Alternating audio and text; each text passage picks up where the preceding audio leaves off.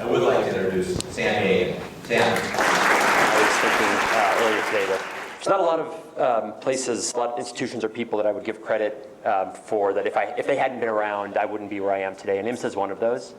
And so it's a real pleasure for me to get to give this talk as part of the IMSA program. You have to be brutally self-aware to be a good entrepreneur. You have to know your strengths and weaknesses. And I knew I was never the smartest person in the room. But I'm good at a lot of other things. I was good at teaching. I was good at organizing. I had good leadership skills. And those are all things that as I thought about how I wanted to evolve my career and what I was doing, these are all things that I had to keep in mind.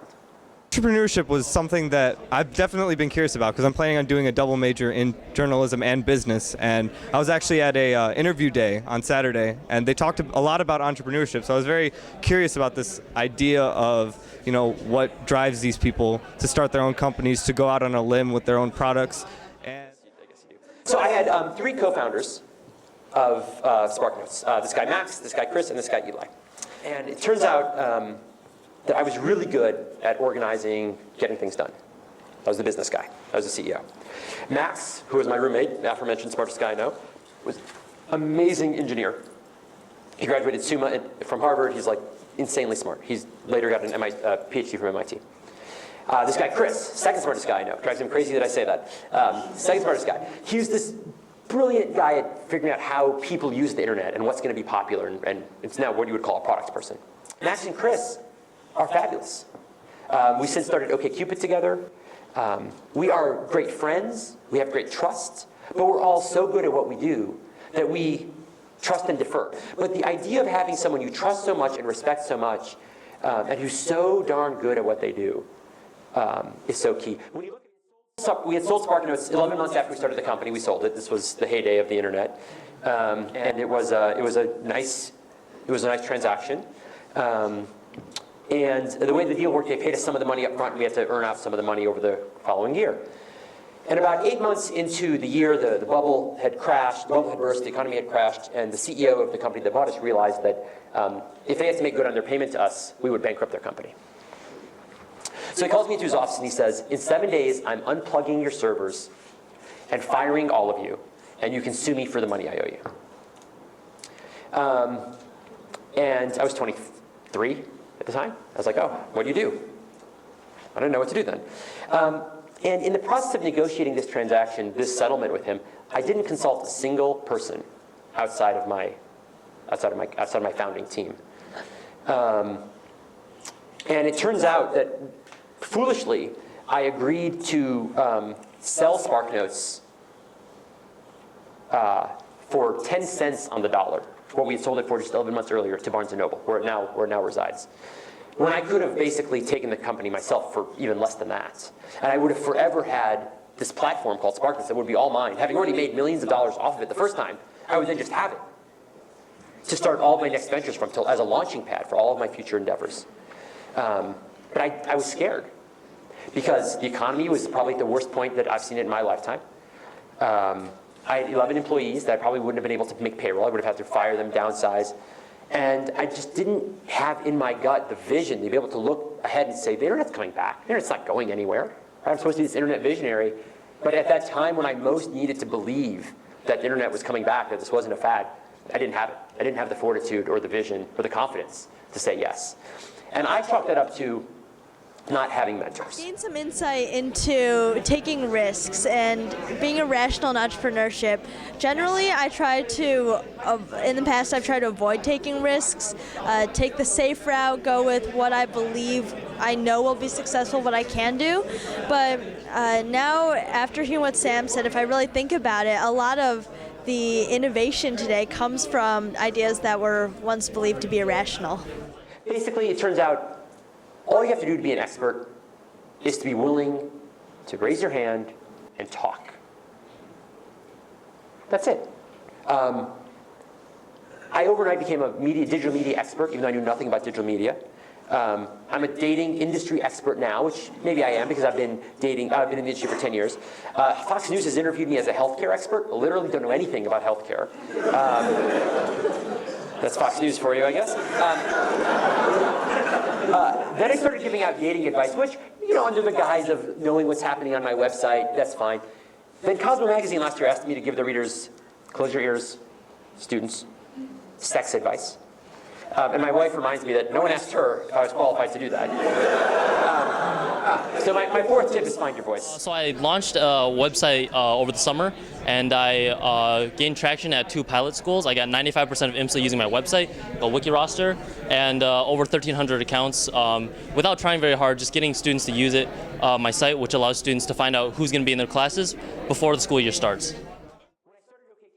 When I started SparkNotes, we took CliffsNotes down in 18 months. When the time we started, CliffsNotes was everything. 18 months later, we were bigger. And it's too easy to say that it was because SparkNotes were better, the product was better. The advantages of incumbency are so strong, right? The companies that CliffsNotes had so many advantages over us that in our case, we had to both be better, we had to be cheaper, we were free, and we had to be more fun. Now you would call that more social in the current parlance. But I think the important thing to realize is, do you think, so let's say you had better shoes than Nike, or better coffee than Starbucks. Is that enough for you to beat them? Yes, your product needs to be better, but you need to have some other advantage, or else the power of incumbency is too strong. And that's one of the things that I see with entrepreneurs too often is they come and say, but my product is better than the one that's out there. And I'm like, doesn't matter. It's important, but that's not enough. And so what Sam was saying about how a better product is not necessarily the way to overcome your competition. And so I thought that it was a really interesting way to help us think outside the box to find a new type of system that will help us to advance our product in ways other than just saying we have this additional feature so we're better. After we raised the $6 million of money, our growth slowed. We'd been growing really, really fast, and then our growth slowed. And instead of doubling down on fixing that, we got distracted. We started pursuing these other things, internationalization. We were going to be the biggest dating site in Germany. We said, oh, we have these personality quizzes. Let's start a quizzing site, which we called Hello Quizzy. Now that I have a 5-year-old daughter, I appreciate the Hello Kitty pun. But at the time, it turned out to be just a terrible, terrible strategy for us. We got distracted. We burned cash. We lost confidence in ourselves. We lost confidence from our investors. I've seen lots of CEOs fail because they're too distracted. But I've never seen any CEO fail because they were too focused. His background in math at Harvard, I think it's something a little bit unusual. When we say the word entrepreneur, we usually think of people who are business majors, who are rather social, and I think he has a lot of those aspects, but he emphasized the need for a technical background, especially with an emerging tech industry. And so I think especially emphasizing that you need to really understand your market is something really important. My founders and I were ready to quit. I remember this meeting we had in our lawyer's office. I don't even think most of our employees even know this. But we got together in January of 2010, and we just said, you know what, this isn't working. We're going to leave. And there's this, you know, if you're a sailor, if you're into maritime tradition, you know, there's this saying, the captain goes down with the ship, right? It's pride, it's actually maritime law that the captain has to be the last one off the ship. And that is true in startups too. And I think it's actually the most under-talked about, most underestimated tax of being an entrepreneur, is that you're in a job now you don't like, you quit. Maybe you give 2 weeks notice. You just leave. If you're a CEO of a startup, you can't do that. So we were actually trapped. For a year, we felt trapped at OkCupid. We couldn't leave. But I think what's even more important than that is that you have to have the fortitude to quit. You have to know when it's not going to work. And say, I know there's pride on the line, there's investors, there's employees. You have to look a lot of people in the eye and say, this thing that I've told you is going to be the next best thing ever. I was wrong. It didn't work.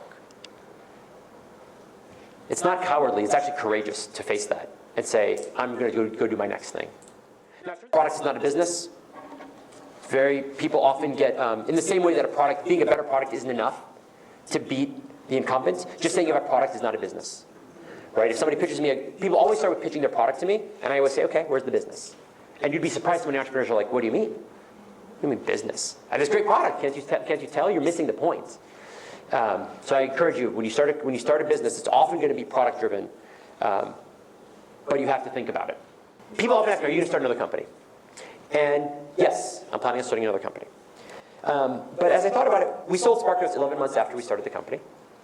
eDonkey was about 4 years from start to end. This May will be my 10th year at OkCupid. Now, I'm in a new role and I'm choosing to stay longer, but from the time I started the company to the time I could have reasonably left was 9.5 years. The average startup that sells takes 8 years, is the average time. So I think more than anything, I'm a little bit, you would think that as I've started more companies, you'd be ready to jump back in more quickly. It's actually caused me to be a little bit more cautious and more gun shy.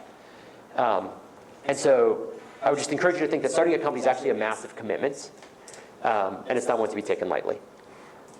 Everyone, have fun. Seriously, running a company, being part of a company, being one of the first employees at a company is awesome. It's the time of my life, and I couldn't imagine ever having a real job again.